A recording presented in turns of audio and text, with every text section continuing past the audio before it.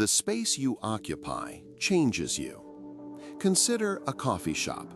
It's not a destination, it's a waypoint, a functional node in a network of daily tasks.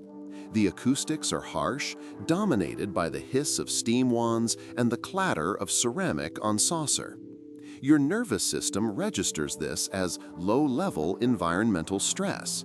People are in transit, their posture angled towards the door, their minds already on the next appointment. This architecture of impermanence subtly signals that this interaction is temporary, a pause, not an event. Your brain's hippocampus, which handles spatial mapping, also processes social context. In this transient environment, it primes you for superficial, efficient communication, not deep connection. Contrast this with a dinner restaurant. It is, by design, a destination. The lighting is lower, the sounds are softer, and the seating encourages you to settle in, to turn towards your companion. The environment itself is an invitation to stay. What you consume is just as important as where you consume it. The caffeine in your coffee is a potent psychoactive stimulant. It works by blocking adenosine receptors in your brain, preventing the onset of drowsiness. But it also stimulates the adrenal glands to produce cortisol and adrenaline. This is the neurochemistry of fight or flight. Your heart rate increases, your pupils dilate, and your mind races. You feel alert, but it's the alertness of vigilance, of threat detection. This is not a state conducive to vulnerability and trust. Now, consider a shared meal. The act of eating together, a behavior deeply rooted in our evolutionary history as a cooperative species, can trigger the release of oxytocin. Oxytocin is often called the bonding hormone. It facilitates social recognition, trust, and reduces fear. While caffeine puts your nervous system on high alert, sharing a meal tells it to stand down, that you are among allies.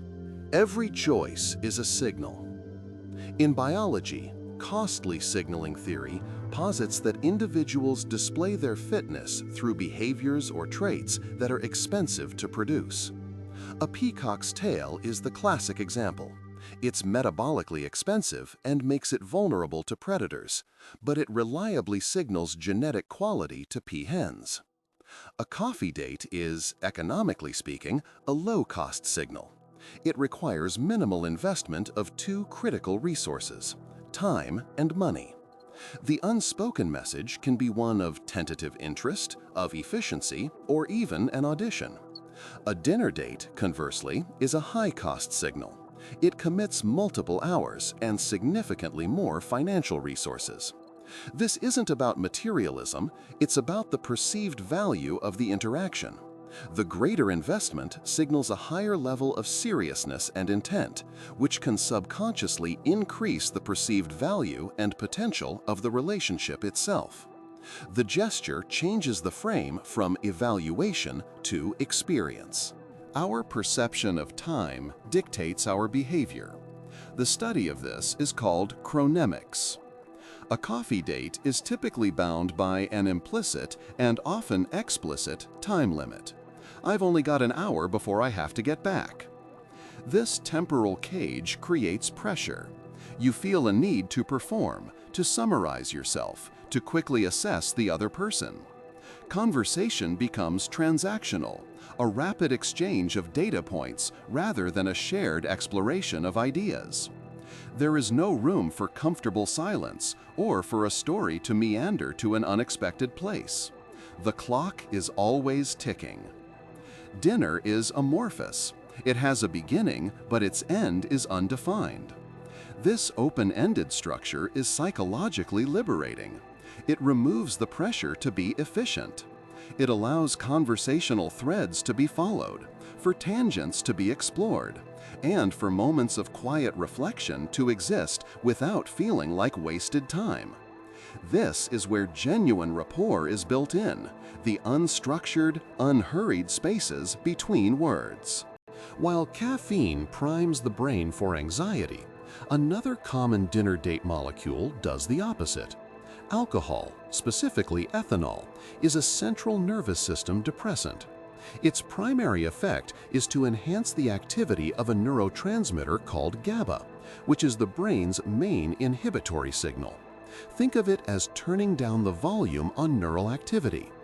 The first area to be affected is often the prefrontal cortex, the part of your brain responsible for executive functions like rational thought, risk assessment, and social inhibition. This controlled reduction in self-monitoring can lower social anxiety, reduce overthinking, and allow for a more relaxed, authentic version of yourself to emerge. It doesn't create personality, but it can remove some of the neurological barriers we erect. This state of mild disinhibition can foster the kind of open, less guarded communication that the hyper-alertness of caffeine actively suppresses. Ultimately, the difference is one of bandwidth. A coffee date is a narrow-band interaction.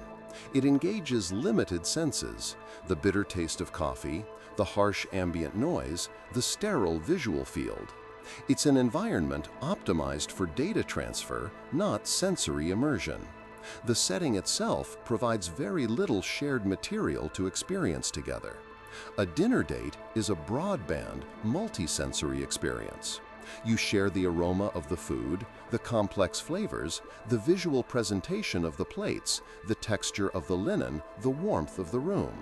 You are not just talking to each other, you are participating in a shared, synchronous sensory event. This wealth of common experiential data provides fertile ground for connection. It's not that a coffee date can't succeed, but it starts with a neurological and environmental handicap. It asks two nervous systems, artificially stimulated for alertness and placed in a transient environment, to create a bond. Dinner, on the other hand, provides a neurochemical, temporal, and sensory foundation upon which a genuine connection can be built. Monotony has grown fast. Nearly 2,700 people have watched in the last few weeks, yet less than 0.03% are subscribed. It would mean a lot if you joined by hitting subscribe. And again, thanks for watching.